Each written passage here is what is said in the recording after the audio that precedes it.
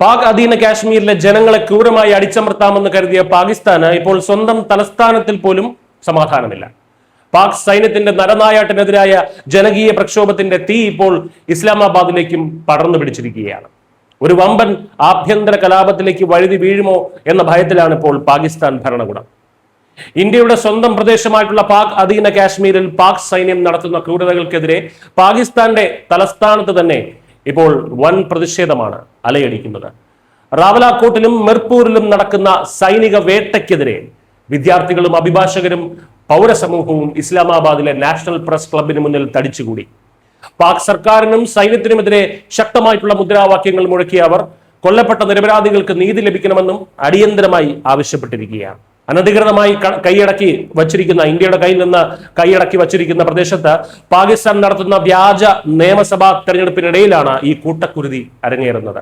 കഴിഞ്ഞ കുറച്ച് ദിവസങ്ങൾക്കുള്ളിൽ മാത്രം പാക് റേഞ്ചേഴ്സ് നടത്തിയ വെടിവെപ്പിൽ 31 പേർക്കാണ് ജീവൻ നഷ്ടപ്പെട്ടത്. റാവലാക്കോട്ടിൽ 21 പേരും മിർപൂരിൽ 10 പേരും കൊല്ലപ്പെട്ടു.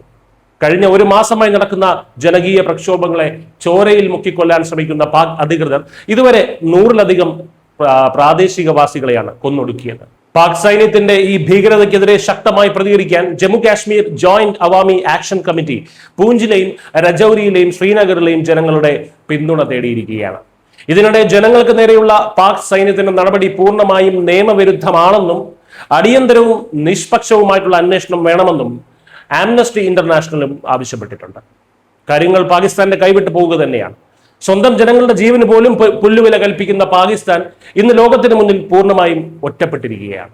ഇന്ത്യ കാലാകാലങ്ങളായി പറഞ്ഞുകൊണ്ടിരിക്കുന്ന പാക് സൈന്യത്തിന്റെ ഭീകരമുഖം ഇപ്പോൾ അവരുടെ സ്വന്തം തലസ്ഥാനത്ത് വെച്ച് തന്നെ ചോദ്യം ചെയ്യപ്പെടുന്നു. പാക് അധീന കാശ്മീരിൽ ഇനിയും ഈ ചോരക്കളി തുടരാൻ പാകിസ്ഥാന് കഴിയില്ലെന്നും അധികം വൈകാതെ തന്നെ ശത്രുരാജ്യം വലിയൊരു ആഭ്യന്തര തകർച്ചയെ നേരിടുമെന്നുമുള്ള വ്യക്തമായിട്ടുള്ള സൂചനയാണ് ഈ പ്രക്ഷോഭങ്ങൾ നൽകുന്നത്.